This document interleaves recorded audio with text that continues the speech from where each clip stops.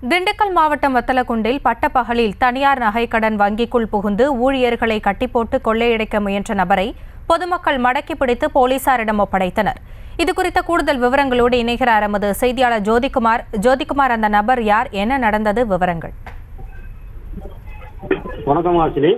திண்டுக்கல் மாவட்டம் வத்தலக்குண்டு மெயின் ரோட்டில் செயல்பட்டு வரும் தனியார் தங்க நகை கடன் வங்கியில் இன்று காலை வழக்கம் போல் ஊழியர்கள் பணிக்கு வந்த பொழுது அங்கு இருந்த ஒரு மர்ம நபர் திடீரென மேல் மாடியில் இருந்து இறங்கி வந்து கையில் பயங்கர ஆயுதங்களுடன் பெண் ஊழியரின் ஒருவரின் கழுத்தில் கத்தியை வைத்து கொலை செய்து விடுவதாக மிரட்டியுள்ளார். இதனை அடுத்து அங்கு இருந்த ஊழியர்கள் அனைவரும் மற்ற ஊழியர்களின் கைகளை கொண்டு வந்திருந்த வயர் மற்றும் கயிறு மூலம் கட்டியுள்ளார். கொள்ளையன் பின்னர் வங்கியின் சாவியை அதிகாரிகளிடமிருந்து வாங்கி கதவை திறக்க முற்பட்ட போது சாவியை மாற்றி பயன்படுத்தியதால் அலாரம் ஒலிக்க தொடங்கியது. இதனால் அதிர்ச்சி அடைந்த கொள்ளையன் அங்கிருந்து தப்பி ஓட முயன்றான்.